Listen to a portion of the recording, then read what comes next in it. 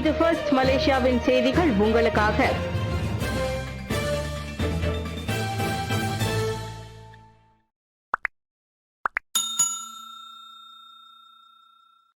பள்ளியின் முதல் நாளான இன்று கம்போங் பாரு தேசிய பள்ளிக்கு பிரதமர் வருகை.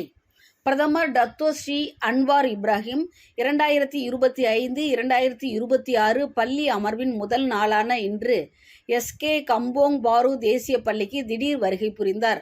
அவர் அப்பள்ளியின் மாணவர்கள் மற்றும் ஆசிரியர்களுடன் உரையாடியதோடு முதலாம் ஆண்டு மாணவர்களுக்கு ஒரு புத்தகத்தை படிக்க நேரம் ஒதுக்கினார்.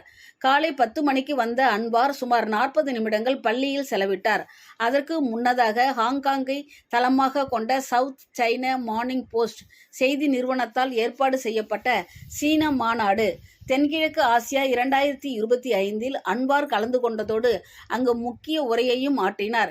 இதனிடையே 2025-2026 கல்வியாண்டின் அமர்வு சுமார் 5 மில்லியன் மாணவர்களை உள்ளடக்கியுள்ளது. இன்று 11 மாநிலங்களில் புதிய கல்வி ஆண்டு தொடங்கிய வேளையில் நேற்று கெடா, தெலங்கானா மற்றும் கிளந்தான் ஆகிய மாநிலங்களில் 6,32,260 மாணவர்கள் தங்களது புதிய கல்வி ஆண்டை தொடங்கினர். அமெரிக்காவுக்கான அடுத்த தூதர் நானா, தெங்கு சாவ்ருல் மறுப்பு.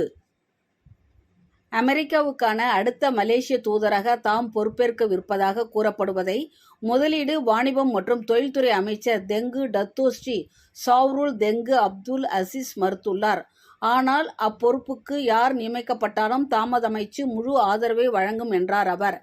அமெரிக்காவுக்கான மலேசிய தூதராக இருந்த முன்னாள் அமைச்சர் டத்தோ ஸ்ரீ நஸ்ரி அசீஸின் ஈராண்டு கால பதவிக்காலம் பிப்ரவரி 8ஆம் தேதியோடு முடிவடைந்தது.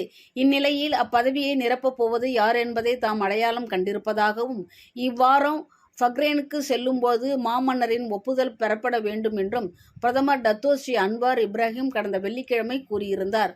ஆனால் அப்பதவிக்கு சஃப்ருவில் நியமிக்கப்படலாம் என வதந்திகள் எழுந்துள்ளன. 2020ஆம் ஆண்டு முதல் மேலவை உறுப்பினராக உள்ள சாவ்ருலின் செனட்டர் பதவிக்காலம் இவ்வாண்டு இறுதியுடன் முடிவடைவதால் அவரால் மத்திய அமைச்சராக தொடர முடியாது.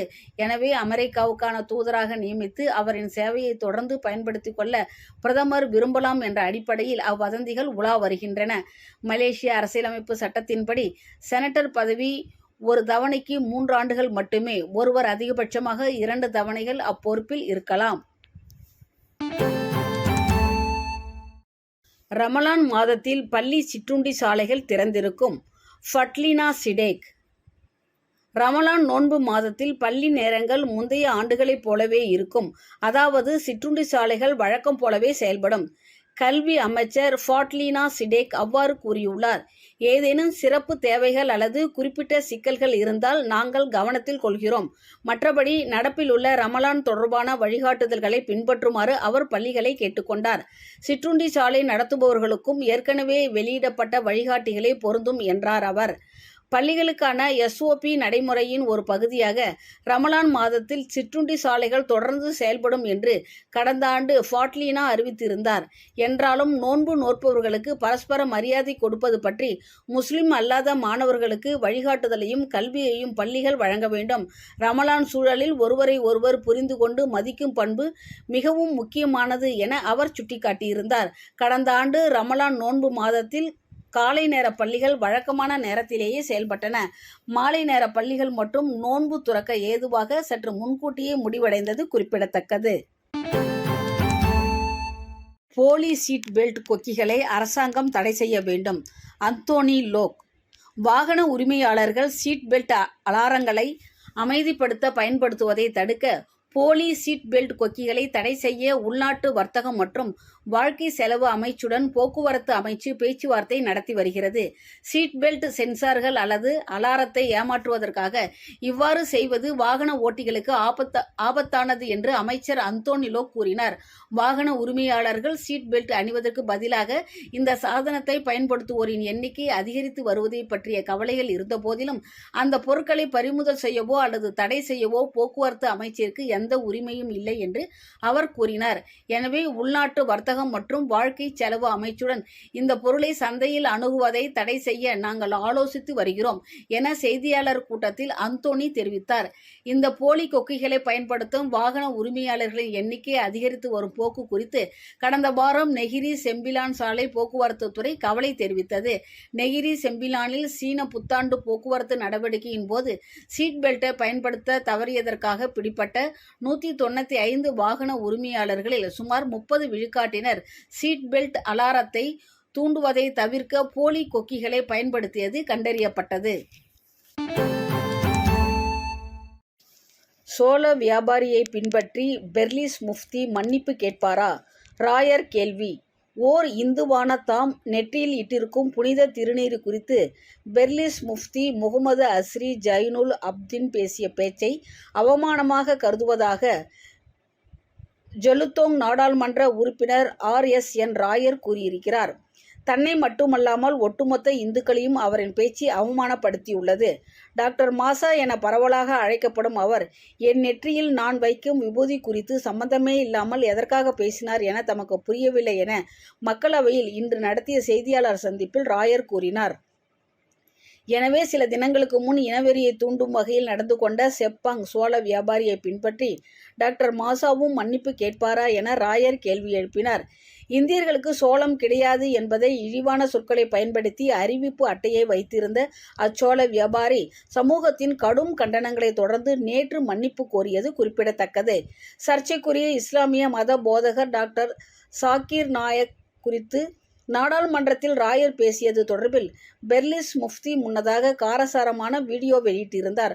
அதில் அவர் எப்படி ராயர் அவர் நெற்றியில் எதை பூசுகிறார், எதற்காக பூசுகிறார் என நான் கேட்பதில்லையோ அதேபோல் என் சொற்பொழிவுகளுக்கு நான் யாரை கூப்பிடுகிறேன், எதற்காக கூப்பிடுகிறேன் என்பதை கேட்க ராயருக்கு உரிமை இல்லை என கூறியிருந்தார். ஜனவரியில் பெர்லிஸில் தாம் நடத்திய சொற்பொழிவுக்கு டாக்டர் சாக்கியர் நாயக் உள்ளிட்டோரை டாக்டர் மாசா அழைத்திருந்தது குறிப்பிடத்தக்கது. போர்டிக்சன் கேம் அஸ்கார் தமிழ் பாலர் பள்ளிக்கு விவேக தொலைக்காட்சி உட்பட மின்னியல் சாதனங்களை வழங்கியது legendary Riders club. Legendary Riders ஏற்பாட்டில் போர்டிக்சன் தேசிய வகை அரசமலை இராணுவ முகாம் தமிழ் பாலர் பள்ளிக்கு ஸ்மார்ட் டிவி, குளிர்சாதன கருவி, ஒளிபெருக்கி சாதனம், நீர் சுத்திகரிப்பு கருவி, மின்சார சமையல் பாத்திரம் ஆகியவை வழங்கப்பட்டன. அந்த கிளப்பின் செயலாளர் ஜீவானந்தம் ஏற்பாட்டில் சிறப்பாக நடைபெற்ற இந்த நிகழ்ச்சியில் பள்ளியின் தலைமை ஆசிரியை சுமதி உரையாற்றினார்.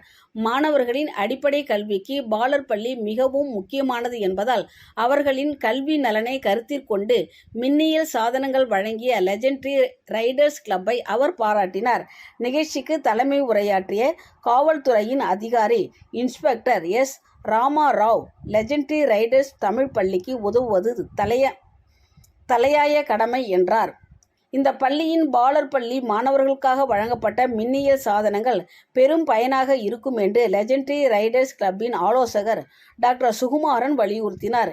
இதனிடையே தங்களது இயக்கம் வழங்கியிருக்கும் விவேக தொலைக்காட்சி போன்ற மின்னியல் பொருட்கள் மாணவர்களுக்கு பெரும் பயனாக இருக்கும் என லெஜெண்டரி ரைடர்ஸ் கிளப்பின் தோற்றுவிப்பாளரும் அதன் தலைவருமான மகேந்திரன் தெரிவித்தார். இந்த வட்டாரத்தில் உள்ள அதிகமான பெற்றோர்கள் தங்களது பிள்ளைகளை இந்த பாலர் பள்ளிக்கு அனுப்பி வைக்க வேண்டும் என்றும் அவர் கேட்டுக்கொண்டார். இந்த நிகழ்வில் தொழில் அதிபர் B. சந்திரன், பெற்றோர் ஆசிரியர் சங்கம், பள்ளியின் நிர்வாக குழு உறுப்பினர்களுடன் பெற்றோர்களும் கலந்து கொண்டனர். KLIA 2 அநாகரிக செயல். சீன நாட்டு தம்பதிக்கு தலா 5000 ரிங்கிட் அபராதம். KLIA 2 விமான முனையத்தில் அநாகரிகமாக நடந்து கொண்டு சலசலப்பை ஏற்படுத்திய குற்றத்திற்காக சீன நாட்டு தம்பதிக்கு தலா 5000 ரிங்கிட் அபராதம் விதிக்கப்பட்டுள்ளது. செப்பாங் மேஜிஸ்ட்ரேட் நீதிமன்றத்தில் வாசிக்கப்பட்ட குற்றச்சாட்டை 27 வயதான ஜூ ஜியான்பெங் மற்றும் அவரின் 28 வயது மனைவி ஷி கியான் இருவரும் ஒப்புக்கொண்டதால் நீதிபதி அத்தண்டனையை விதித்தார். அபராதம் செலுத்த தவறினால் இருவரும் 3 மாதங்கள் சிறை தண்டனை அனுபவிக்க வேண்டும். KLIA 2 முனையத்தின் கேட் Q5 பாதையில் பொது இடத்தில் தங்கள் ஆடைகளை கழற்றுவது போன்ற அநாகரிகமான செயல்களை செய்து அத்தம்பதி பொதுமக்களுக்கு தொந்தரவை ஏற்படுத்தியதாக குற்றச்சாட்டில் கூறப்பட்டது. அச்சீன பிரஜைகள் முன்னதாக February 9 KLIA 2 முனையத்திலிருந்து சீனாவின் ஜியான் கேயான்சன் புறப்பட்ட விமானத்தில் இடையூறு விளைவித்து சர்ச்சையை ஏற்படுத்தினர். எனினும் அத்தம்பதிக்கு மனநல பிரச்சனைகள் எதுவும் இல்லை என்பது உறுதி செய்யப்பட்டதால் பிப்ரவரி 13ஆம் தேதி போலீஸ் அவர்களை கைது செய்தது. ஜெயலலிதாவின் நகைகள் இப்போது தமிழக அரசின் கட்டுப்பாட்டில். 27 கிலோ தங்கம், 1116 கிலோ வெள்ளியும் அடங்கும். மறைந்த தமிழக முன்னாள் முதலமைச்சர் ஜெயலலிதாவிடமிருந்து பறிமுதல் செய்யப்பட்ட நகைகள் தமிழக அரசின் உடைமையாகியுள்ளன. 1991ஆம் ஆண்டு முதல் 1996ஆம் ஆண்டு வரை முதலமைச்சராக இருந்தபோது வருமானத்திற்கு அதிகமாக சொத்து சேர்த்ததாக அடுத்து வந்த திமுக அரசால் ஜெயலலிதா மீது வழக்கு போடப்பட்டது. இந்த சொத்து குவிப்பு வழக்கின் போது ஜெயலலிதாவுக்கு சொந்தமான நகைகள், சொத்து பத்திரங்கள், புடவைகள், கடிகாரங்கள் உள்ளிட்டவை பறிமுதல் செய்யப்பட்டன. அவரது சென்னை குடியிருப்பான வேதா நிலையம், நிலப்பகுதிகள், தோட்டங்கள், வங்கி வைப்பு தொகை மற்றும் 1991 ஜூலை மற்றும் 1996 ஏப்ரலுக்கு இடையில் பறிமுதல் செய்யப்பட்ட மதிப்புமிக்க பொருட்களும் அவற்றில் அடங்கும். அவ்வழக்கு கர்நாடக மாநில நீதிமன்றத்தில் நடைபெற்றதால் அவை அனைத்தும் அங்குள்ள கருவூலத்தில் இருந்தன. இந்நிலையில் அவற்றை தமிழக அரசிடம் ஒப்படைக்க வேண்டுமென உத்தரவு வந்ததால் பெங்களூருவை சேர்ந்த அதிகாரிகள் வெள்ளிக்கிழமையன்று தமிழகம் வந்து அவற்றை ஒப்படைத்தனர். அவ்வகையில் 27 கிலோ 558 கிராம் தங்க நகைகள், 1116 கிலோ வெள்ளி, 1526 ஏக்கர் நில ஆவணங்களும் தமிழக அரசிடம் ஒப்படைக்கப்பட்டன. சில நகைகளில் வைரம், மரகதம், மாணிக்கம் உள்ளிட்ட கற்கள் இருந்தன. அதோடு 2 கிலோ ஒட்டியானம், 1 கிலோ வைர கிரீடம், 1.5 கிலோ தங்க கத்தி, 60 கிராம் எடையுள்ள தங்க பேனா, தங்க கை கடிகாரம், தங்க வாள், காசு மாலையும் இருந்தன. இந்த சொத்து குவிப்பு வழக்கில் 2014ஆம் ஆண்டு ஜெயலலிதாவுக்கு 4 ஆண்டுகள் சிறை தண்டனையும் 100 கோடி ரூபாய் அபராதமும் விதிக்கப்பட்டன. பறிமுதல் செய்யப்பட்ட பொருட்களை விற்று அதன் மூலம் கிடைக்கும் தொகையை வைத்து அபராதத்தை செலுத்துமாறு பெங்களூரு சிறப்பு நீதிமன்றம் உத்தரவிட்டது. எனினும் 2016ஆம் ஆண்டு உடல்நலக் குறைவால் ஜெயலலிதா காலமானார்.